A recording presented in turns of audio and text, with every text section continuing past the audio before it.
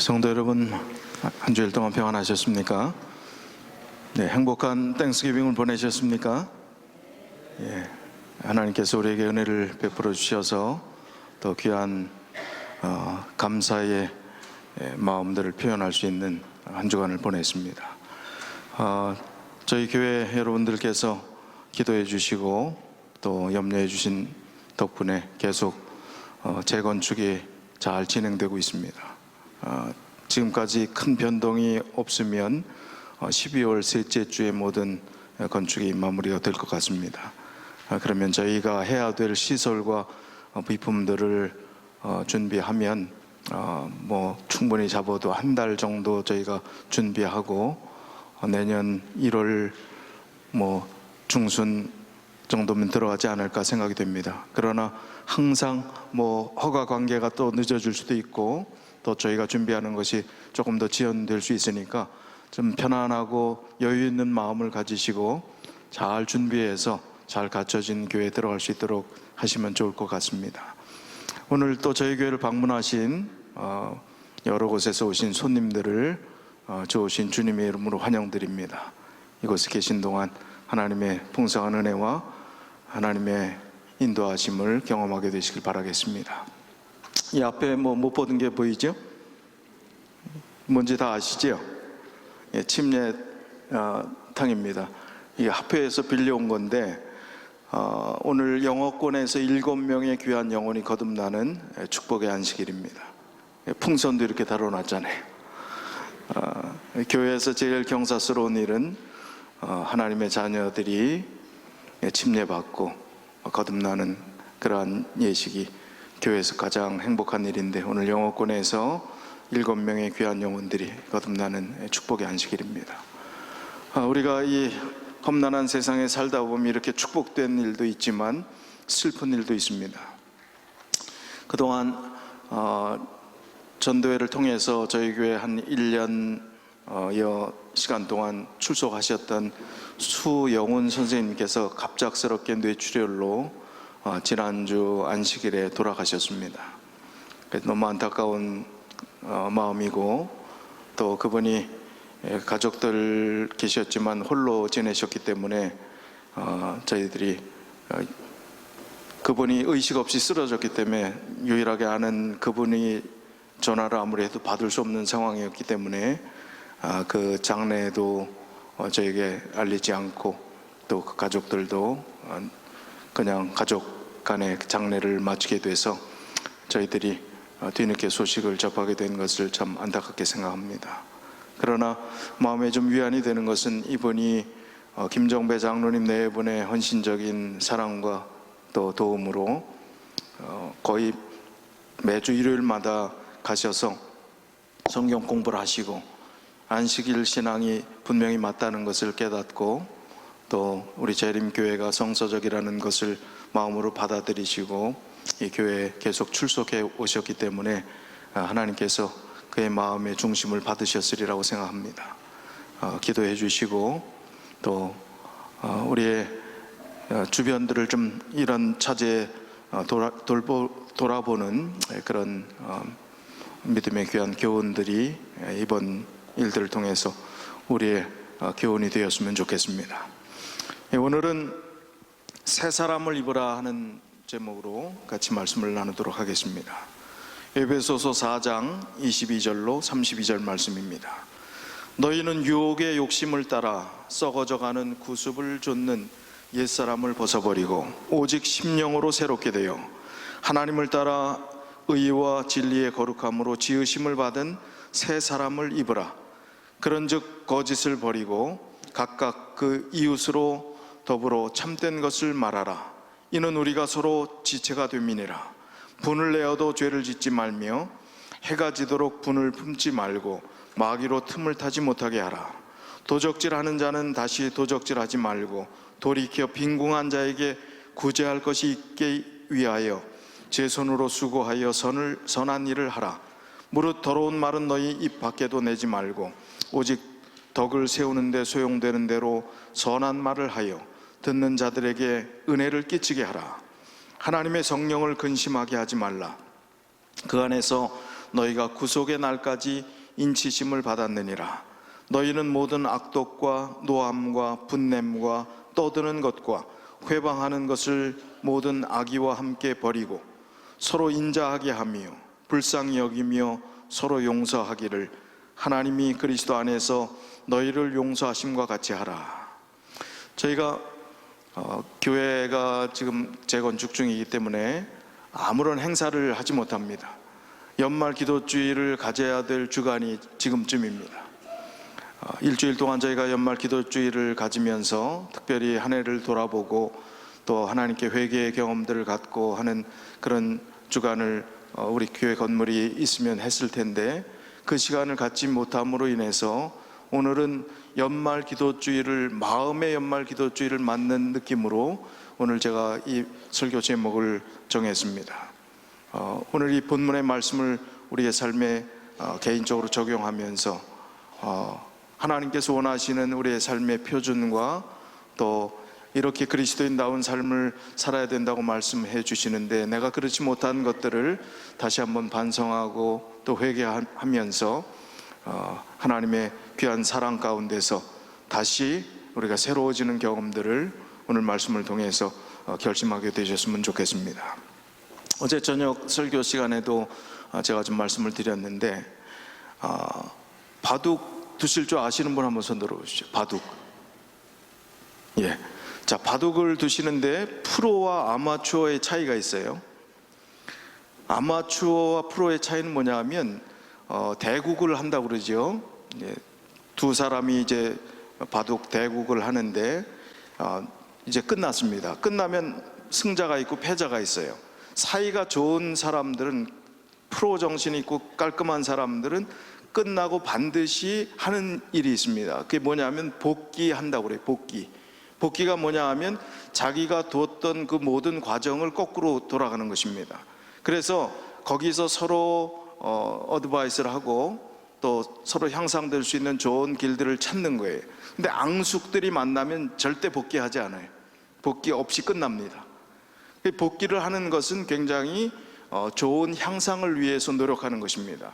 근데 프로들이 아마추어와 다른 차이는, 아마추어는 한 40수 정도, 많이 기억해야 자기가 뒀던 수를 40수 정도밖에 기억을 못한다는 것입니다. 그런데 프로 기사들이 한 대국을 마칠 때는 최소한 250개 내지 300개의 수를 놓는다는 것입니다. 오랜 시간 동안. 그런데 아니, 머리가 아무리 좋아도 자기가 놨던 250개, 300개 수를 하나도 틀리지 않고 그대로 놓을 수 있다는 것은 기가 막히지 않습니까? 그게 프로 아니겠어요? 왜 그런 일들이 벌어지는가? 아마추어는 40개도 기억 못하는데 프로 기사들은 자기가 놓았던 모든 돌의 그 위치와 숫자, 그 순서를 정확히 기억하는 것은 한 수 한 수 의미를 두었다는 것입니다. 의미를 두었고 생각했기 때문에 의미 없는 수가 하나도 없었다는 것입니다. 그래서 다 기억한다는 것입니다. 그러나 아마추어들은 동네 정자나무 밑에서 우리 영감님들 바둑 두들 때 하는 것은 그냥 빨리 이기려고 욕심 부리고 또 아무 생각 없이 이렇게 저렇게 막 두었으니까 생각날 리가 없다는 것입니다. 그것은 의미가 없다는 것입니다. 우리가 지금 평생 살아오시면서, 아니면 2019년 살아오시면서 우리의 삶을 다시 한번 좀 복귀할 필요가 있는 것 같습니다. 내가 어떻게 살아왔는가, 내 삶의 수를 다시 되돌려서 내가 의미 있는 시간들을 얼마나 보냈는가, 아니면 의미 없이 그냥 분주하게만 살아왔는가, 다람쥐 쳇바퀴 돌듯이 열심히 수고한 것 같은데 내 삶의 의미가 남아있지 않다면, 우리가 오늘 이 시간을 통해서, 오늘 본문의 말씀을 통해서 우리의 인생을 다시 한번 복귀해보는 그런 시간이 되었으면 하는 마음으로 오늘 말씀을 나누도록 하겠습니다. 오늘날의 트렌드는 이 세상에 영향을 미치는 학자나 어떤 사람들이 주로 이야기하는 것은 후회 없는 인생을 살아라 하는 것입니다. 후회 없는 인생을 살라고 이야기를 합니다. 그래서 예를 들면 후회 없는 인생을 살기 위한 방법 10가지, 101가지 이런 식으로 해서 많이 나옵니다. 자, 근데 성경은 후회 없는 인생을 살면 안 된다라고 이야기를 합니까? 후회하는 인생이 있어도 그 후회한 인생에 대해서 의미를 부여하고 있나요? 자, 제가 한 분의 이야기를 좀 들려드리도록 하겠습니다. 존 파이퍼라는 분은 지금 개신교 베스트셀러의 작가입니다. 이분이 운영하는 웹사이트가 desiringgod.org, 이분이 운영하는 그 웹사이트인데, 미국에 있는 크리스찬 포스트 기독교 잡지에서 이분이 했던 이야기를 실어놨습니다. 이분이 하는 그 이야기의 제목을 이렇게 땄어요. 후회하지 않는 삶은 신기루다. 후회하지 않는 삶이 없다는 것입니다. 이상적인 것이라는 거예요. 사람은 다 누구나 후회한다는 것입니다. 자, 근데 후회가 왜 믿음의 삶에 필요한 것인가, 그 이야기를 하는 것입니다. 자, 이분은 본인이 운영하는 그 웹사이트에 그런 항목이 있어요. 존 목사님에게 물어보세요라는 그 코너에 죄와 후회에 대한 감정을 기억하는 일은 좋은 일이다, 이렇게 이야기를 했습니다. 그러면서 이렇게 이야기를 합니다. 자신의 삶 속에서 놓쳐버린 많은 기회들을 후회하면서 돌아볼 수 있었다. 예를 들면 가지 못했던 선교 여행, 또 후원하지 못했던 선교사들, 반드시 가져야 했던 직업적인 전문성들, 시간을 더 잘 투자하고 만회할 수 있었던 방법들, 이것뿐만 아니라 자기 인생에 여러 가지 실패했던 경험들, 또 그러지 말았어야 됐을 많은 부분들에 대해서도 생각해 봤다는 것입니다. 그리고 이분은 나이 많은 어른이 삶을 돌아보며 수년간 나의 삶에 두신 하나님의 뜻을 자주 놓쳤다는 결론을 내릴 수 있는가? 내 삶의 결정 속에서 하나님의 뜻이 완벽하게 드러났기 때문에 전혀 후회가 없는가라고 반문하면서 완벽하게 살았냐는 거예요. 후회 없이 살았냐는 그런 질문을 하는 것입니다. 그렇게 질문하면서 우리의 죄책감과 후회의 감정을 떠올리는 것은 좋은 일이라고 이야기를 합니다. 그리고 후회 없는 삶은 마치 신기루와 같다. 삶을 돌아보면서 죄를 보지 않고 죄에 대한 후회를 하지 않는다면 당신은 현실을 보지 않는 것이고 현실을 느끼지 않는 것이다. 이것은 마치 신기루를 보고 있는 것과 같다라고 이야기를 하면서 하나님께 영광을 돌리지 않는 수많은 태도, 말들, 행동들이 후회스러운 부분에 있다는 것입니다. 사람들을 사랑하고 돌보는 대신 이기적으로 살았던 것, 믿음이 없어서 두려움 가운데 살았던 것, 다른 사람을 깎아내리는 수많은 일들이 있었고 그런 말들이 있었고 불온전한 동기로 선택한 수많은 그런 선택들이 있었다는 것을 설명하고 있습니다. 그러면서 사도 바울의 예를 듭니다. 사도 바울이 자신의 삶을 예수 그리스도를 발견한 뒤에 정말 나는 후회 없다, 나는 정말 최선을 다했다라고 이야기를 했는가? 그렇지 않다는 것입니다. 사도 바울도 후회했다는 것입니다. 자기의 과거의 잘못들에 대해서 돌아봤다는 것입니다. 그래서 자기가 정말 하나님의 큰 사랑을 깨달으면 깨달을수록 고민하고 갈등하면서 죄인 중에 뭐라고 표현했어요? 괴수라. 정말 자기는 형편없는 죄의 우두머리처럼 그런 삶을 살았다, 후회스러운 삶을 살았다고 이야기를 하는 것입니다. 그리고 그것을 절대 잊지 않았다는 것입니다. 오늘날 그렇게 세상에 영향을 미치는 사람들이 후회 없는 삶을 살라고 강조하고 있지만 사도 바울도 성경은 우리의 삶을 돌아보라는 것입니다. 그리고 다시 한번 우리 인생을 영적인 삶의 흔적들을 복기해 보면서 의미 있는 시간들을 살아왔는 걸 반성하면서 앞으로 살아갈 시간들에 대해서 우리에게 주어진 시간이 얼마나 남았는지 모르지만 가치 있고 의미 있는 시간들로 영적인 삶을 살라고 권면하고 있는 것입니다. 왜 후회가 있어야 합니까? 가룟 유다는 후회로 그친 사람입니다. 후회하는 것이 나쁜 것은 아니지만 후회만 했어요. 그리고 그의 삶을 자포자기 하고 그렇게 끝내버렸습니다. 그러나 후회로 끝나지 않고 그 다음 믿음을 가진 사람들은 발전하는 그 다음 단계는 회개의 단계로 나가는 것입니다. 후회가 없이 회개할 수 없습니다. 회개의 단계에 나가면 참된 용서가 기다리고 있습니다. 진정으로 회개한 사람들은 하나님의 용서를 경험하게 됩니다. 그리고 그 용서가 기다리고 있는 그 다음 단계는 용서받은 자는 참된 평안이 오는 거예요. 용서한 자도 참된 평안이 오는 것입니다. 그러면 그런 평안이 오면 우리의 삶이 감사가 넘치게 됩니다. 감사하는 삶이 따르게 되어 있습니다. 감사하는 삶이 있을 때 희생할 수 있습니다. 헌신할 수 있습니다. 봉사할 수 있습니다. 그리고 사명을 이룩할 수 있는 것입니다.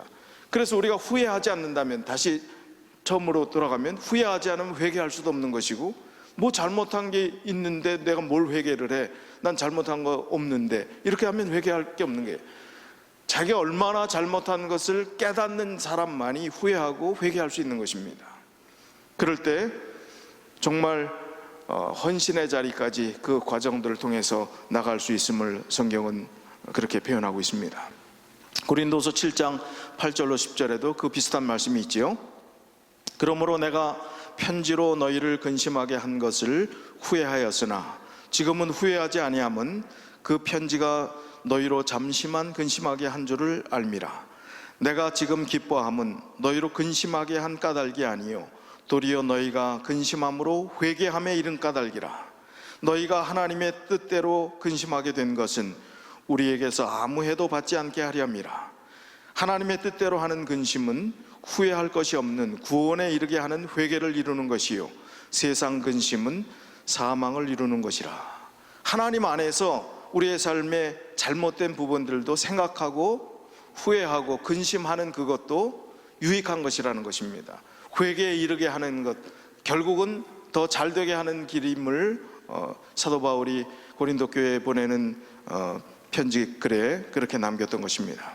오늘 이 성경 구절 본문들을 가지고 어떤 면에서는 이 단어 하나하나의 의미들을 좀 살펴보는 시간들이 될지 모르겠는데, 본교 바이블 커멘터리에 나오는 그 단어의 의미들이 꽤 교훈을 주는 내용들이 있기 때문에 이 항목들에 대해서 좀 살펴볼 수 있는 항목들을 그런 방식으로 좀 말씀을 드리도록 하겠습니다.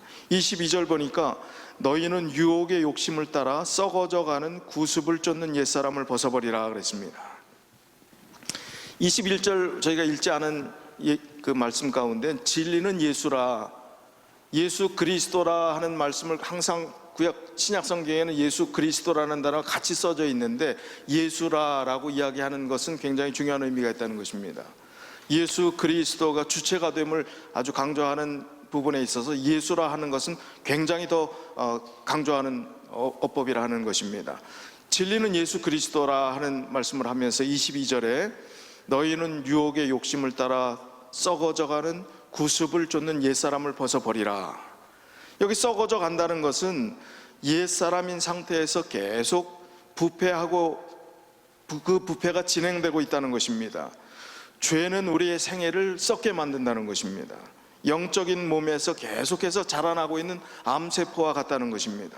그래서 썩어져 가는 그것을 그대로 가지고 살아가는 것은 암세포를 계속 자라고 있는데 그냥 방치시키는 거예요. 썩고 있는데 그 썩는 것을 방치시키는 것입니다. 아무 노력도 하지 않는 것입니다.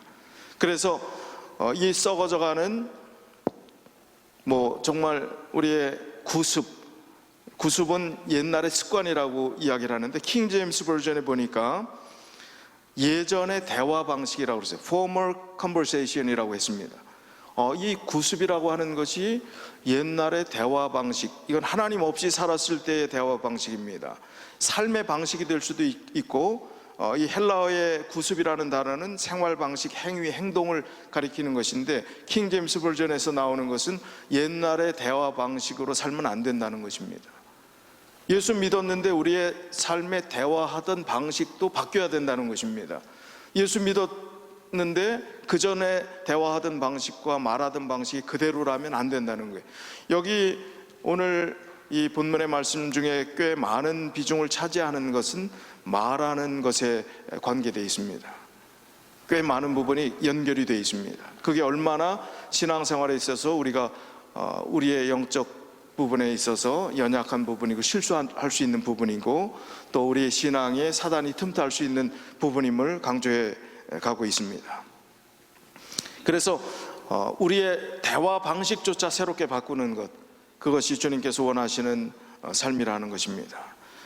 23절에 오직 심령으로 새롭게 되어, 변화란 피상적인 어떤 변화를 얘기하는 교리적 관념이 아니라는 것입니다. 마음의 본질을 바꾸는 그런 변화를 하나님께서 요구하신다는 것입니다. 새롭게 되어, 오직 심령으로 새롭게 된다는 이 새롭게 된다는 것은 죄가 들어왔을 때 이 인간의 최초의 아담과 하와의 영적 순결을 허문 파괴자, 그것은 사단이라는 것입니다. 죄가 들어왔을 때. 그러나 여러 세기 동안 지금까지 우리가 범죄한 6,000년의 삶을 범죄한 이후에 살아오면서 사람의 마음속에 그런 범죄했기 때문에 정말 하나님의 본래 지으셨던 흔적이 전혀 남아있지 않고 아주 절망적인가? 그렇지 않다는 것입니다. 여기 옛사람이라고 하는 것은 우리 안에 하나님께서 베풀어 놓으신 좋은 가능성이 아직도 죄된 사람이지만 남아있음을 이야기하기 때문에 옛사람, 또 새롭게 하라는 그런 강조의 말씀을 한다는 것입니다. 이 새 사람이 새롭게 된다는 것은 성령의 역사를 통해서 중생과 성화를 거쳐서 다시 새롭게 창조될 수 있음을 희망적으로 암시하는 말씀이라고 했습니다. 인간 가족 사이에도 그런 것처럼 각 개인의 심령 속에서도 깊은 불화가 존재하지만 그것은 예수 그리스도의 하나 되게 하시는 감화와 능력으로 치유될 수 있음을 이 본문의 말씀을 통해서 사도 바울은 강조했다는 것입니다. 새 사람을 입으라, 24절에 새 사람을 입으라, 오늘 설교의 제목이지요. 새 사람을 입으라 하는 이 새라는 것은 그냥 브랜드 뉴를 이야기하는 것이 아닙니다. 이건 질적인 새로움을 이야기하는 것입니다. 새 본성, 곧 새 사람을 입는 것이 우리 스스로 이룰 수 있는 것도 아니라는 것입니다. 단순히 개선된 사람을 의미하지도 않는다는 것입니다. 하나님은 재창조에 있어서 능동적인 권위자이시지만 변화는 사람의 동의와 협력 없이는 일어나지 않는다는 것입니다. 우리에게 자유의지를 주셨다는 것을 여기 강조하고 있습니다. 산상보훈 142쪽에 있는 말씀을 보면 이기심과 교만은 저희를 죄악적인 것으로 지적해 주는 것은 무엇이나 대항하여 싸우게 될 것이다. 우리는 지배권을 쟁취하기 위해 애쓰는 악한 욕망과 습관을 스스로의 힘으로 이길 수 없다. 우리는 우리를 속박하고 있는 강력한 원수를 정복할 수 없다. 오직 하나님께서만 우리에게 승리를 주실 수 있다. 그분께서는 우리가 자아와 또 자신의 의지와 습관을 정복하기를 바라신다. 그러나 그분께서는 우리의 동의와 협력이 없으면 우리 속에서 역사하실 수 없다. 성령은 사람에게 주어진 기능과 능력을 통하여 일하신다. 우리의 정력은 하나님과 협력하도록 요구받고 있다. 매 발걸음마다 열렬히 기도하며 자아를 낮추는 일 없이는 승리를 얻을 수 없다. 우리의 의지가 하나님의 능력에 억지로 협력하는 일이 있어서는 안 된다. 그것은 자발적으로 복종해야 한다. 자, 개선하고 우리가 회복되고 새 사람이 되길 원하는 하나님의 간절한 마음이 있지만 하나님이 아주 강제로 해갖고 우리를 변화시킬 수 없다는 것입니다. 자발적인 복종과 선택이 있어야 된다는 것입니다. 우리의 의지가 있어야 됨을 이야기하는 것입니다. 그래서 우리의 동의와 협력이 없으면 우리 속에서 성령께서 하나님께서 역사하실 수 없음을 이야기하는 것입니다. 우리의 마음을 열어야 하는 것입니다. 하나님께서 변화시킬 수 있지만 우리 스스로는 되지 않지만 우리가 의지를 하나님께 드리지 않는 것, 그것 때문에 우리가 변화되지 않는다는 것입니다. 우리의 의지를 하나님께 구별하여 드리는 노력들이 필요하다는 것입니다. 매일 아침 정로의 계단에 있는 말씀, 우리의 의지를 하나님께 굴복하고 드리고 하나님께서 우리의 의지를 활용해 달라고 하는, 맡긴다 하는, 내가 선택하는 거지, 하나님의 편으로 우리의 의지까지. 그렇게 될 때 하나님 안에서 새로운 삶을 살 수 있음을 강조하고 있는 것입니다. 25절에 그런즉 거짓을 버리고, 거짓을 버리라고 했습니다. 이 거짓이라고 하는 것은 속이는 것인데 우리 교회 주석에는 이렇게 이야기했습니다. 속는 자가 더 상처받을 것 같습니까? 속이는 자가 더 상처받을 것 같습니까? 속는 자가 사실은 더 상처받을 것 같은데 여기 주석에 있는 말씀을 보니까 속임을 당하는 자가 아니라 속이는 자가 더 상처를 받는다는 거예요. 왜냐하면 그건 죄악의 시작이고 장본인이기 때문에 그렇다는 것입니다. 우리가 하나님을 믿는 그런 삶에서 정말 정직을 고수한 일에서 벗어나는 일들이 우리의 삶을 얼마나 피폐하게 하고 아프게 하는지, 그리스도인의 생애에 있어서 거짓이 없어야 됨을 이야기하는 것입니다. 뭐 다양한 분야에 포함되겠지만 사업상의 거래를 통해서 타인을 속이고 이야기를 윤색한다, 아주 그럴듯하게 말해서 각색한다는 것이지요.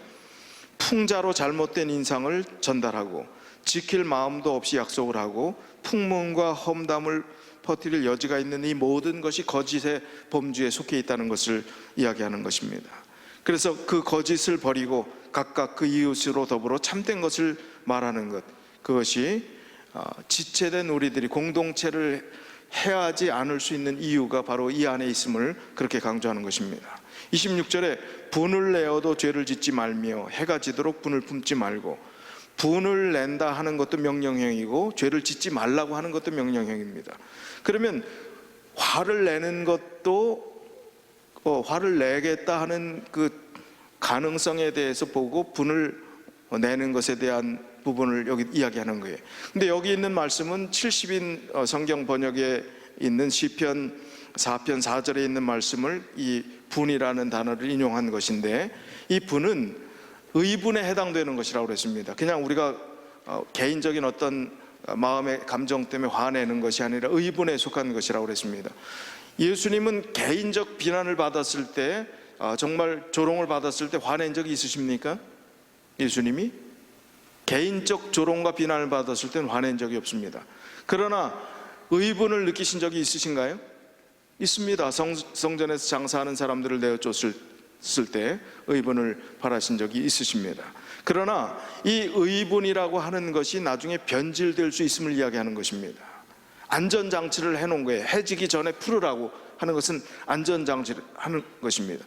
의롭다고 생각하는 일들이 정치에서 많이 일어날 수 있습니다. 한국에서 자기가 의롭다고 생각하기 때문에 그 의로운 일들을 행사하는 방법에 있어서 나중에 그것이 변질되는 것을 봅니다. 폭력이 거기서 가입이 되고, 또 택시 기사가 생존권을 위해서 데모하다가 화가 나니까 좋은 목적을, 자기는 의분이 생겨서 그랬다고 하지만 분신 자살을 합니다. 자기 몸에 휘발유를 끼얹고 불을 붙여서 죽는 거예요. 그거 생존권 쟁취하기 위해서 어떻게 하면 그 감정을 컨트롤하지 못했기 때문에 그렇게 되지만, 의분도 어떻게 하라? 더 발전하지 않도록 하라는 것이 여기 성경의 말씀입니다. 분노로, 다른 방법으로, 또 폭력으로 다른 것으로 발전하지 않도록 하는 것이 의분을 품을 수 있지만, 의분을 품을 수 있지만 그것을 해가 지도록 계속 이어가지 말라는 것입니다. 계속 이어가게 되면, 마음에 깊이 원한을 품으면 우리의 영혼이 결국은 파멸되고 말기 때문이라는 것입니다. 분노의 속성을 가늠하는 공정한 시금석은 잘못된 행동을 해서 분노를 초래한 사람들을 위해 기꺼이 기도할 수 있느냐, 기도할 수 없느냐, 그 차이라는 것입니다. 기도할 수 있는 사람들이 되어야 참된 그리스도인임을 이야기하고, 그래서 해가 지기 전까지 그 분노를 계속 간직하지 말라는 것입니다. 어떻게 해지기 전까지 분노를 풀 수 있겠습니까? 그 줏대 없는 사람이지. 어떻게 하루 만에 금방 화를 풀어? 성경이 그렇게 말씀하지만 하루 만에 풀 수 있는 사람 참 쉽지 않을 겁니다. 정말 마음이 비단결같이 착한 사람은 하루 만에 풀지 모르겠지만 쉽지 않을 겁니다. 그러나 그것은 오래 간직하면 간직할수록 영혼을 파괴하는 결과들을 가져오기 때문에, 그것은 해가 지기 전에 풀어라 하는 그 의미처럼 빠를수록 좋다는 것을 강조하는 것입니다. 이 분이라고 하는 개념이 계속해서 나오는데,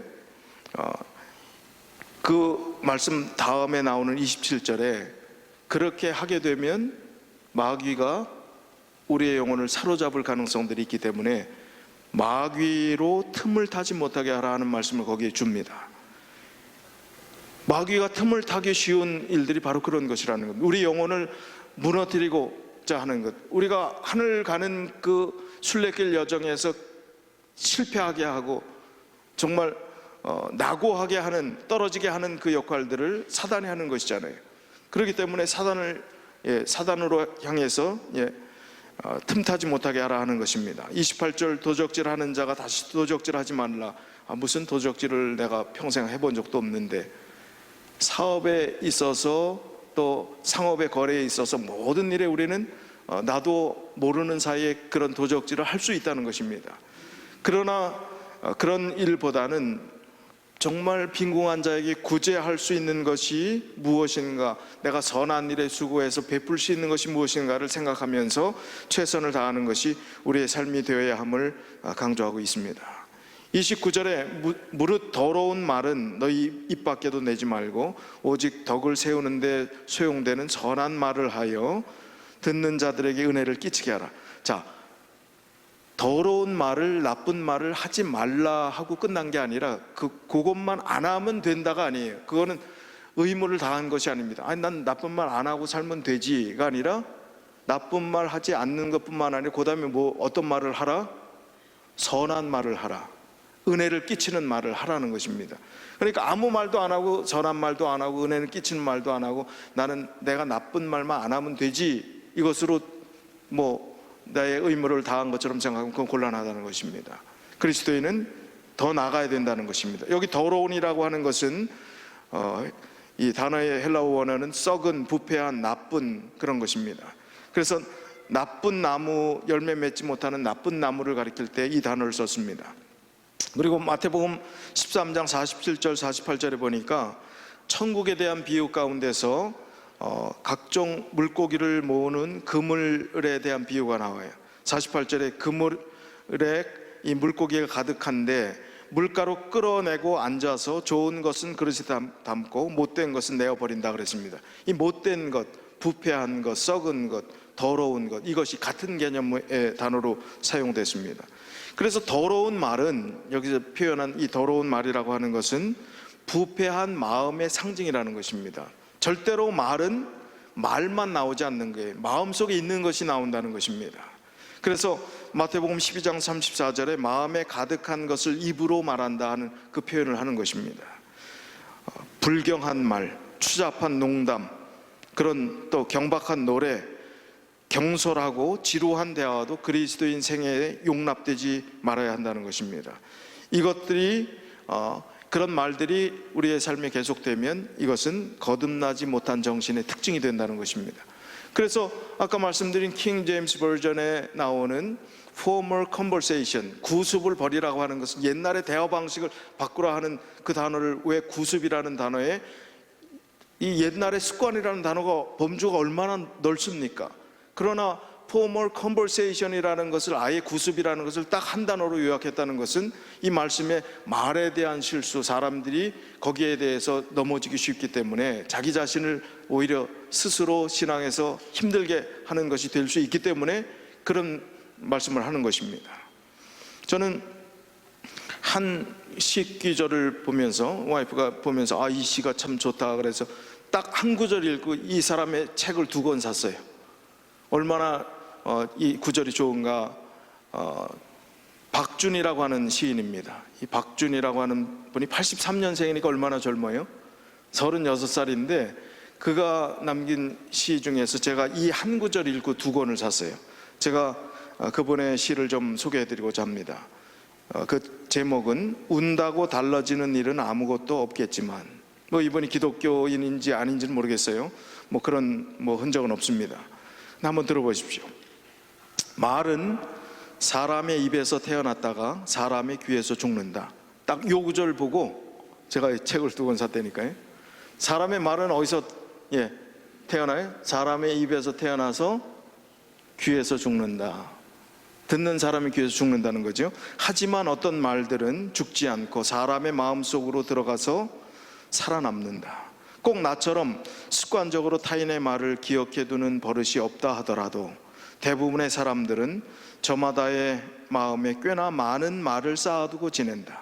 어떤 말은 두렵고, 어떤 말은 반갑고, 어떤 말은 여전히 아플 것이며, 또 어떤 말은 설렘으로 남아있을 것이다. 검은 글자가 빼곡하게 적힌 유서처럼 그 수많은 유언들을 가득 담고 있을 당신의 마음을 생각하는 밤이다. 이제 나는 그들을 만나지 않을 것이고, 혹 거리에서 스친다 하더라도 아마 짧은 눈빛으로 인사 정도를 하며 멀어질 것이다. 그러니 이 말들 역시 그들의 유언이 된 셈이다. 역으로 나는 타인에게 별 생각 없이 건넨 말이 내가 그들에게 남긴 유언이 될 수 있다고 믿는다. 그래서 같은 말이라도 조금 따뜻하고 예쁘게 하려 노력하는 편이다. 공감이 가십니까?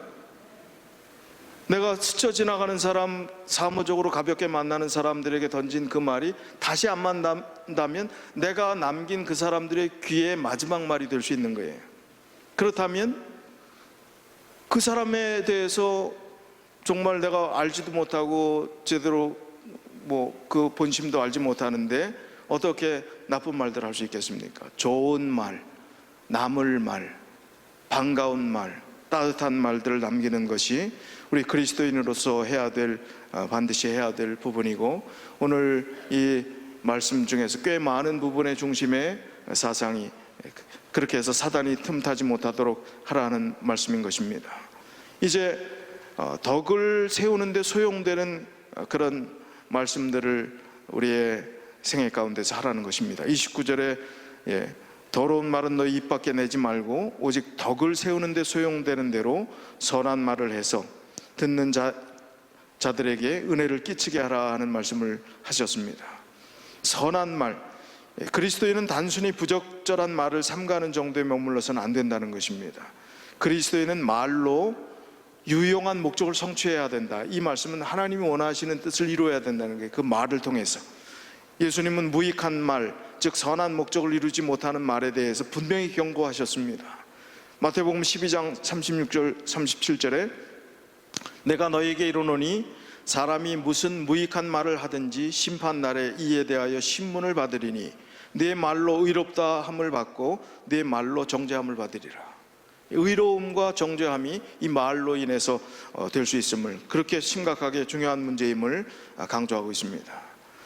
이제 성령을 근심시키지 말라는 것입니다. 성령, 하나님이 우리의 어떤 하나의 기운, 어떤 종파에서 이야기하는 어떤 삼위일체의 개념이 아니라 하나의 기운이다라고 하는 것이 아니라 인격체, 성품을 가진, 품격을 가진, 품성을 가진 분임을 여기서 이야기하는, 그게 근심케 하지 말라, 성령을 근심케 하지 말라 하는 것입니다. 아프게 하지 말라는 거예요. 괴롭히지 말라는 것입니다. 슬프게 하지 말라는 것입니다.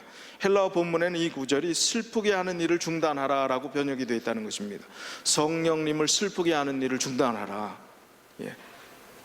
나쁜 말들을 통해서, 더러운 말들을 통해서 성령님을 슬퍼하게 하지 말라는 것입니다. 덕을 세우는 말을 통해서 그렇게 하라는 것입니다. 자, 악독이라는 단어가 31절에 있는데, 악독 그러면 굉장히 아주 우리는 정말 독한 걸로 생각하잖아요. 그런데 기분을 상하게 하는 것이 악독이라는 것입니다.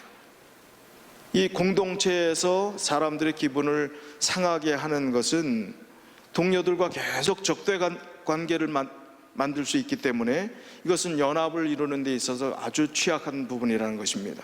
그래서 그리스도인들의 삶에 악독, 그러면 이건 한국 표현은 대단한 것 같지만 사람들을 기분 상하게 하는 것, 그것이 이 악독에 해당되는 이 원어적 의미가 있다는 것입니다.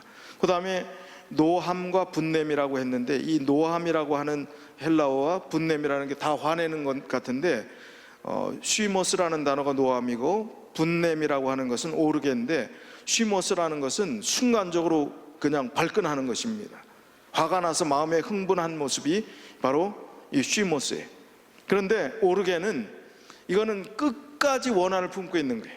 원한과 저기를 영구히 품은 상태를 바로 이 오르게라고 이야기를 합니다. 노함과 분냄을, 그러니까 금방 화를 내는 그것도 버려야 되고, 영구히 화를 품는 이 오르게, 쉬모스와 오르게를 다 버리라는 것입니다. 두 가지 다 우리가 해결해야 될 문제인 것입니다. 자, 떠든다는 것, 떠드는 게 뭐가 나쁜가, 얼마나 활발하고 좋은가라고 생각할 수 있지만, 떠든다 하는 것은, 이것은 굉장히 큰 말다툼입니다.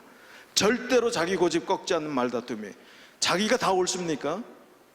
아니잖아요. 우리의 삶 가운데서 내가 옳다고 생각했던 것이 옳지 않은 것을 깨닫는 것이 얼마나 많습니까?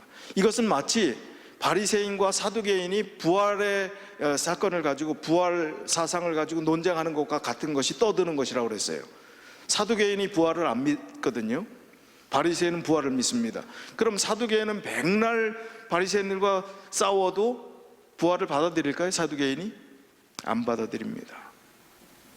그럼 바리새인들은 사두개인들을 볼 때 저건 부활도 안 믿는 정말 사이비 중에 사이비 품어줄까요? 아니, 이게 바로 떠드는 것입니다.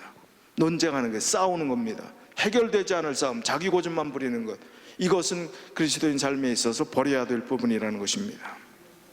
회방하는 것, 이 회방은 다른 사람들을 방해하는 것처럼 생각하지만 이것이 비방, 폭언, 그것이 원어적 의미가 된다는 것입니다. 그래서 공동체 하늘 백성으로 연합할 우리의 삶 가운데 이것은 개선돼야 되고 고쳐져야 되고 버려야 될 것임을 강조하고 있습니다.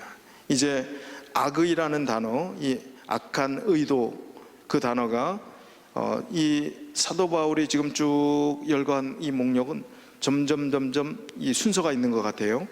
악독은 이내 강렬하고 격정적인 노함으로 변하고, 이 노함은 끊임없는 분냄으로 융합되고, 분냄은 보기 흉한 말다툼으로 이어지고, 말다툼은 늘 욕설과 비방을 수반하는데, 이 모든 것은 사람의 마음속에 자리 잡은 사단의 악한 의도에서부터 비롯된다는 것입니다. 이것은 육체에 속한 것이고 이 모든 것은 버려야 될 것이다 라는 것을 사도 바울이 그걸 단계적으로 설명하고 있습니다.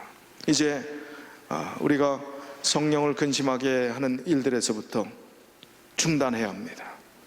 그리고 여기 나타낸 모든 이 항목들에 대해서 우리가 다시 한번 우리의 인생을 복귀해 보면서 점검해 봐야 합니다. 그리고 32절에 주신 이 귀한 말씀이 우리의 삶의 결론이 되어야 합니다. 서로 인자하게 하며 불쌍히 여기며 서로 용서하기를 하나님이 그리스도 안에서 너희를 용서하신 것 같이 하라. 여기 본교 성경 주석에는 하나님은 독생자 아들을 주셔서 그 아들은 무한한 모든 것을 다 주셔서 우리를 용서해 주셨는데, 우리가 하는 용서는 뭐밖에 없다고요? 내 자존심 버리는 거 하나밖에 없다는 거예요. 용서하는 것은요, 내가 용서한다라는 것은 자존심을 내려놓는 것 한 가지밖에 없다는 것입니다. 그런데 그건 못 내려놓고 용서하지 못한다는 것, 그리고 내가 끝끝내 옳다고 주장하는 것, 그건 그리스도인답지 않다는 것입니다. 정말 참된 용서를 우리가 예수 그리스도를 통해서 하나님으로부터 경험했다면 우리가 용서하지 못할 사람이 없습니다. 용서하지 못할 이유가 없습니다. 우리의 자존심을 내려놓지 못할 이유가 없는 것입니다. 죄 지은 사실을, 그 죄가 얼마나 심각한 것인가를 깨달은 사람은 진심으로 후회합니다. 죄를 우리가 영원히 멸망받을 수밖에 없는 죄인이었다는 사실을 깨닫는 사람만이 회개의 기쁨이 어떤 것인가를 알아요. 그리고 용서의 은혜가 얼마나 큰 것인가를 깨닫게 되는 것입니다. 참된 용서가 주어지는 것입니다. 그리고 평안을 얻을 수 있어요. 진정한 평안이요, 세상이 줄 수 없는 평안이요. 그래서 감사하게 되고 헌신의 자리에까지 나갈 수 있게 되는 것입니다. 믿는 사람과 믿지 않는 사람의 결론, 유언에서 차이가 납니다. 마지막 남기는 유언. 자, 비그리스도인들이 남긴 유언과 그리스도인들이 남긴 유언 몇 가지만 말씀드리고 마치도록 하겠습니다. 이탈리아의 배역자인 프란시스 스피라라는 사람이 이렇게 이야기했습니다. 내 죄가 하나님의 자비보다 더 크다. 나는 의도적으로 그리스도를 거부했다. 내 마음은 이렇게 딱딱하게 만든 것 바로 예수다. 그래서 난 소망이 없이 죽는 것이다. 그러고 죽었어요. 바이런 경은 긍휼을 구해볼까 잠시 침묵을 지키던 바이런은 약해지지 말자, 끝까지 남자답게 죽자라고 말하고 불신앙 가운데 죽었다. 용감합니까? 남자답습니까? 회의론자인 볼테르는 의사에게 가서 나는 하나님과 사람에게 버림을 받았습니다. 당신이 나에게 생명을 6개월만 연장시켜준다면 내 재산의 반을 주겠소. 의사가 말하기를 당신은 6주밖에 더 못 삽니다. 그렇게 하니까 그러면 나는 지옥에 갈 것이요, 당신도 마찬가지요. 악담을 하고 숨을 거뒀다는 것입니다. 홉스라는 사람은 세상에 작은 쥐구멍이라도 있으면 숨고 싶다. 그러나 하루만 더 살게 해주면 자신의 가진 것을 전부 내어주겠다고 이야기했습니다. 후회하는 인생으로 끝났습니다. 회개로 나가지 않았습니다. 그걸로 끝났습니다. 그러나 진정한 그리스도인 마르틴 루터는 우리 하나님은 구원의 하나님이시다. 죽을 때에도 피할 길이 되시는 하나님이시다, 이렇게 얘기하고 끝났어요. 종교개혁자인 존 낙스는 그리스도 안에 사시오, 그리스도 안에 사시오, 그러면 죽음이 결코 두렵지 않소, 그렇게 외치고 죽었습니다. 성경학자인 매튜 헨리는 죄는 무서운 것이다, 그러나 난 하나님을 찬양한다, 나를 든든히 붙잡아주고 계시다라고 말하고 숨을 거뒀습니다. 요한 웨슬레, 이 세상에서 제일 좋은 것은 하나님이 우리와 함께 계신 것이다, 안녕. 그의 동생인 찰스 웨슬레도 난 주님을 닮는 것으로 만족하다, 정말 만족하다, 이러고 그의 삶을 마쳤습니다. 오늘 이 한 해를 다시 한번 돌아보면서 마음의 기도주의를 가지면서 이 오늘의 본문의 말씀들을 우리의 삶에, 우리의 성품에, 모든 것에 적용해 보면서 하나님께 주시는 새 사람을 입으라 하는 이 귀한 은혜를 정말 주님께 우리의 의지를 드림으로 인해서 우리의 삶 가운데 다시 한번 새롭게 새로움을 경험하시는 우리 모든 믿음의 가족들이 되시길 바라면서 말씀을 줄이겠습니다.